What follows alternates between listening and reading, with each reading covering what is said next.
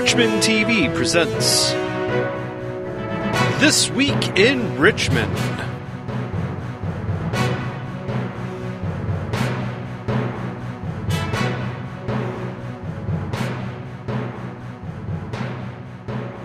Hello and welcome to This Week in Richmond for April 12th. I'm your host, Jason Robbins. In this show, we'll be letting you know what's happening in Richmond from April 13th through the 26th. In today's episode, we'll be joined by RHS Theater. First is Parks and Recreation. Beginner's yoga class at the Recreation Center will be on April 15th, 22nd, and 24th at 6 p.m. to 7 p.m. It is an $8 drop-in per person, or you can purchase a 6-class punch card for $40. Call the Parks and Recreation Department at 586-727-3064 to register. A reminder, you will need to bring your own yoga mat to class. Star Puppy Level 1 training will be happening on April 16th and 23rd from 7:30 p.m. to 8:30. Dream Team Dog Training will be holding classes that are for dogs 12 weeks to 1 year old. Exceptions to the age requirement can be made with prior approval. Along with beginner obedience exercises, class will include the AKC Star Puppy certification upon completion of the course. Please call, email, or text Gail Bach at 586-413-6090 and Gail Bach at att.net for details. Cost for the class is $160. Now is the Roosevelt Civic Auditorium Report. Adult Open Gym will be on April 19th and 26th from 6 p.m. to 9 p.m. and it's $4 to visit. Youth Open Gym will be on April 14th and 21st at 2 p.m. to 5 p.m. and is $3 to visit. Pickleball will be set up on April 14th, 15th, 17th, 18th, 21st, 22nd, and 24th and 25th at 9 a.m. until noon. The Adult Pickleball League will be on April 17th and 24th. The Adult Pickleball League will be every Wednesday until May 15th at 5 p.m. The cost to use the pickleball court is $4 per visit. For the league, it will be $40 per player with a max of 12 players. Wednesdays at the Odd will continue on April 17th and 24th for 4th grade students and up. This event goes from after school until 5:30 p.m. It includes open gym, homework help, arts and crafts, and snacks provided by Macomb Family Services. Fee for this event is $3 and all students must sign in at the front desk. Spring Football Clinic will be happening on April 13th and 20th for boys aged 7 to 12. Freshman age group will be at 10 a.m. to noon, JV age will be noon to 2 p.m., and varsity will be 2 p.m. to 4 p.m. This is a 2-day clinic focused on agility and positional training. Cost for the clinic is $30 per player per day. For questions, email richmondyfc@gmail.com. Cheer Tumble Clinics with Coach Hattie Ingalls will be on April 16th, 23rd, and 30th. First session is 5:30 to 6:30, and the second session 6:30 to 7:30. You can go to www.cityofrichmond.net or scan the QR code to register. Cost for the program is $75, and all proceeds are reinvested into the league and athletes. Homeschool Gym will be on April 19th from 11:30 a.m. to 2:30 p.m. It is $3 to visit and is open to all school-aged youth. A visit pass is available. For Lois Wagner Memorial Library, senior exercise at the library will be on April 22nd and 24th from 10 a.m. to 11 a.m.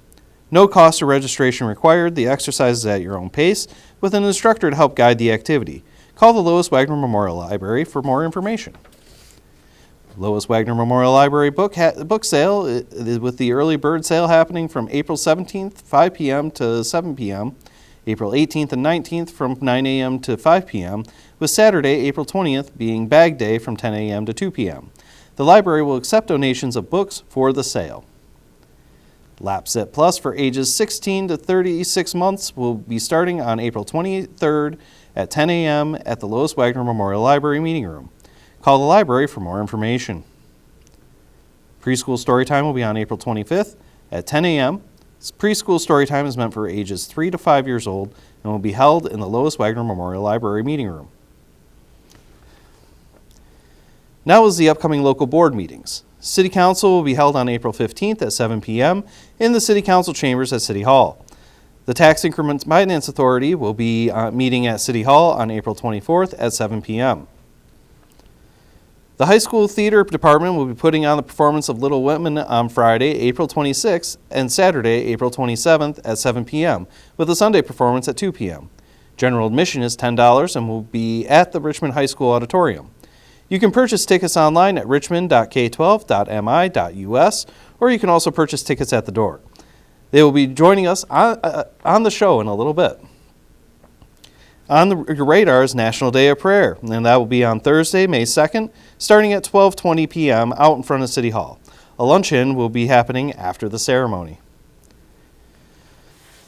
We'll be right back with Caitlin Sins and Addison Facteau to talk about the upcoming RHS performance of Little Women, the musical.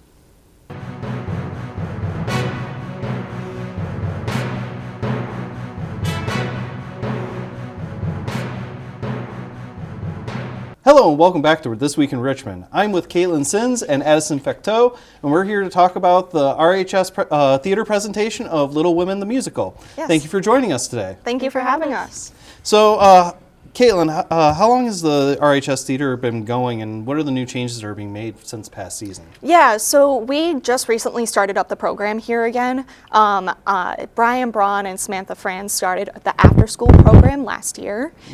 So they re-established it, rebuilding it. It's been gone for about 4 years, I believe. It is my first year here in Richmond, so we've done a lot of changes to the program since we started it.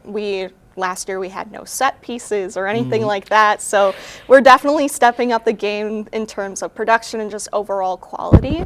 The other thing we also have changed is we added an in-school theater class as well, so we're able to recruit more kids to the program now. So we're building numbers, we're building overall quality, and just overall performance quality as well. Awesome, nice.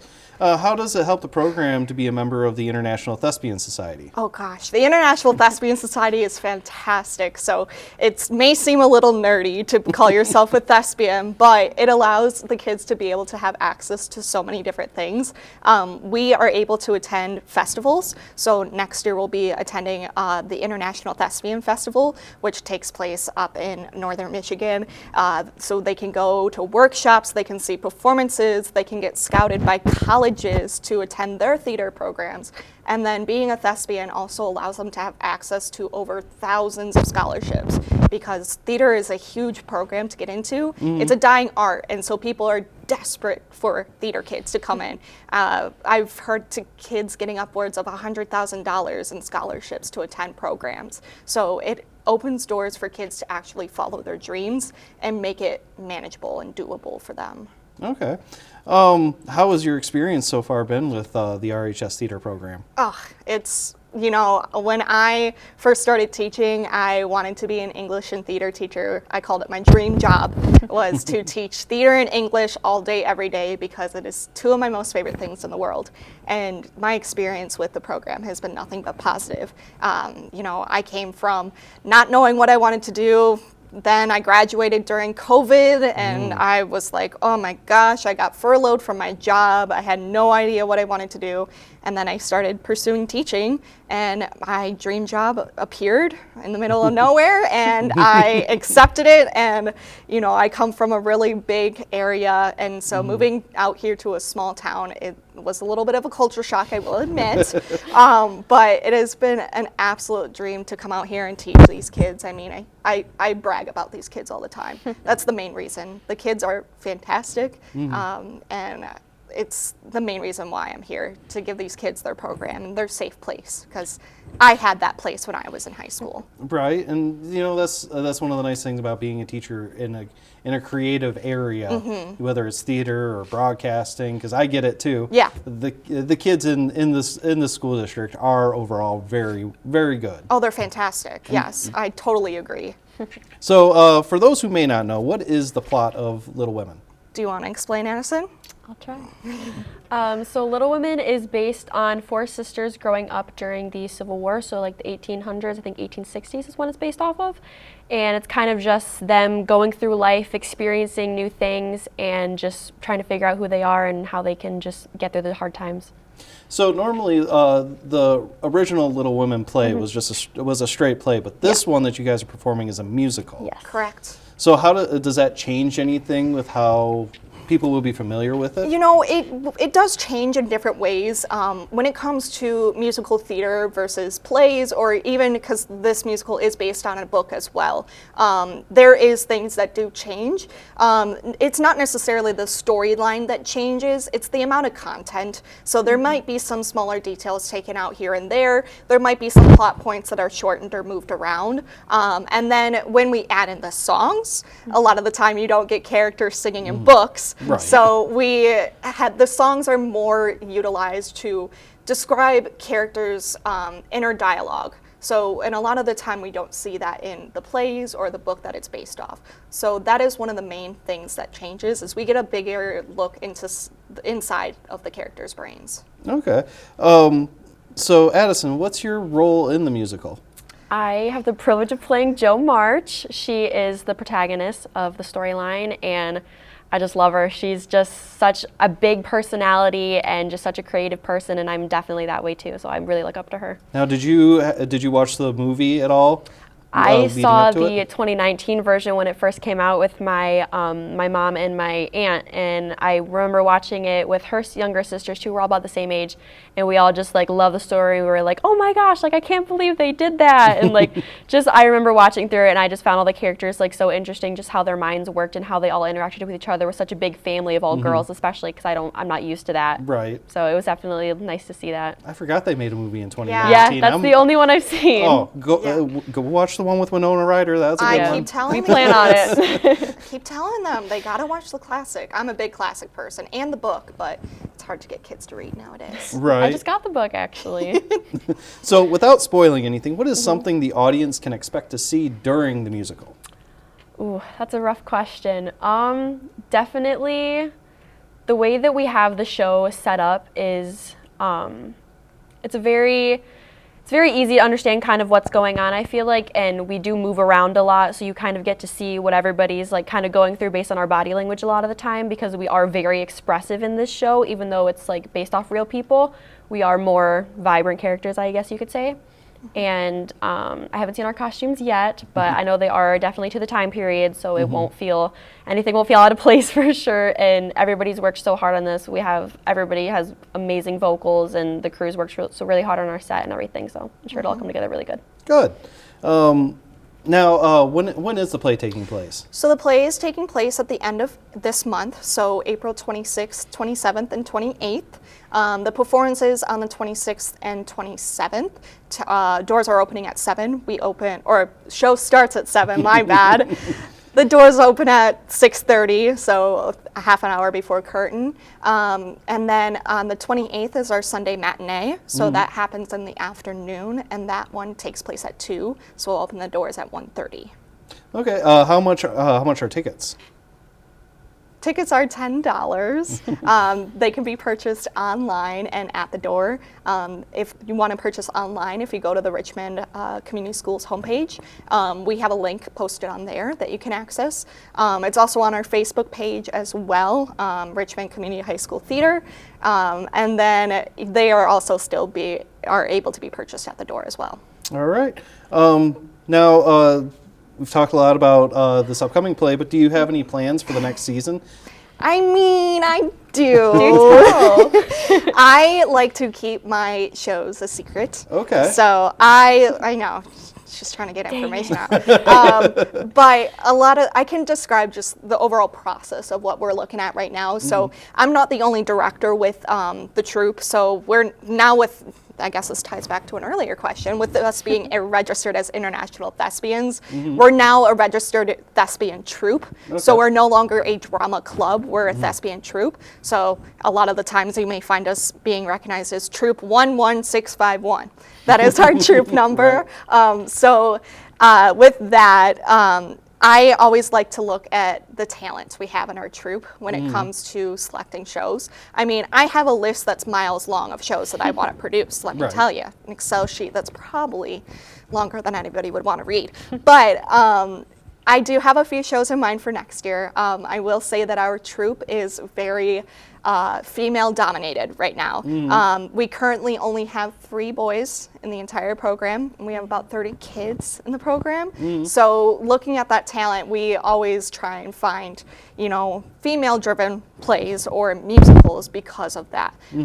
Or we look into shows that we can cast as we can change the genders of characters to fit our talent. So if there's a character that's written as a male, the writer may say, hey, if you need a female to play this, you can change the gender and the name can be changed to this. So we do look into that. I will say myself and my co-director Brian Braun and my assistant director Sam Franz, we have hopefully our musical selected for next year. We're looking. That's exciting. I know. I know. We're not too sure yet. We have to decide. We're still looking for a fall play. And then myself, I direct the class day school performances. So they do what's called a one act. So that takes place in the wintertime right before semester 2 ends over at the high school. And so that is about a 40-minute performance. I haven't selected one for that yet because I need to wait to see what kind of students I have in my class to pick that out. But that's just kind of how we go about doing things. But we hopefully plan on announcing the fall play and the spring musical at some point over the summer. I'm not sure. Don't hold me to that. But we're hoping over the summer we can at least announce the fall play just to get these kids excited to come back and do more theater things because they all go through withdrawals over the summer. I remember that feeling being a theater kid myself. Yeah, so. Exactly. Always itching for more. Right. That post-show depression hits these kids quite yes, bad. it does. All right. Is there anything you guys, either of you, would like to add? Bring tissues. This is definitely going to be a dramatic show. It's very different from what the troupe has done in the past. Our kids are very talented at comedy, and so we decided to challenge them with a drama. Bring tissues because I have cried myself at least 3 times in rehearsals already. We've made plenty of people cry so far. Well, that's a good sign then. Yes, it is gorgeous. So bring tissues, bring everybody, bring your family.